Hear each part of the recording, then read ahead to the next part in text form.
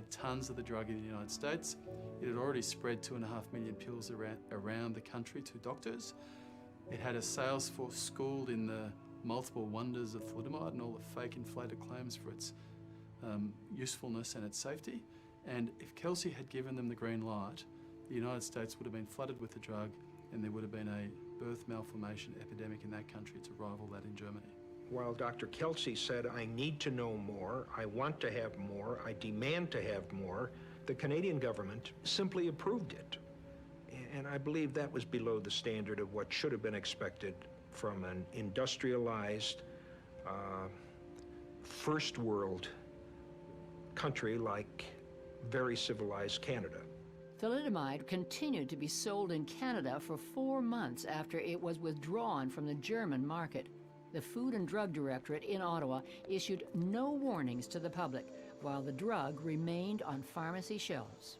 The Canadian government and its Food and Drug Directorate could have done something 4 months earlier, and there are about 30 Canadians whose mothers took the drug after the whistle had been blown in Germany and after the Canadian drug companies knew that the drug was dangerous but kept selling it. I come home from the playground one day. My mom says, honey, good news, you're going to get arms, dear. I mean, you just remember a day like that, right? I thought we were going shopping, you know? Arms or us, I don't know. But I was very confused. They had hooks, and they were made of metal and plastic and wood. I mean, and I couldn't take off my shoes. I wasn't allowed to use my feet. Can you imagine how weird that was? So this became an interesting life. Half of my life was being Alvin Law, the kid with no arms. The other half of my life was this terrible victim of thalidomide. I lost my sense of who I was, right? Stick these arms on me, I'm not Alvin Law anymore. You know, Alvin Law doesn't have any arms, artificial or not. And why would I need them? I mean, there was no good reason, not one good reason, to use them. And for years I told them, hey, these aren't doing me any good.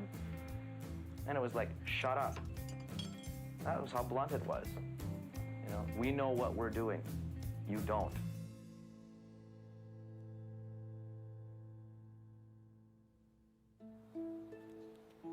Most thalidomiders don't use artificial limbs today, but Eileen Cronin is an exception.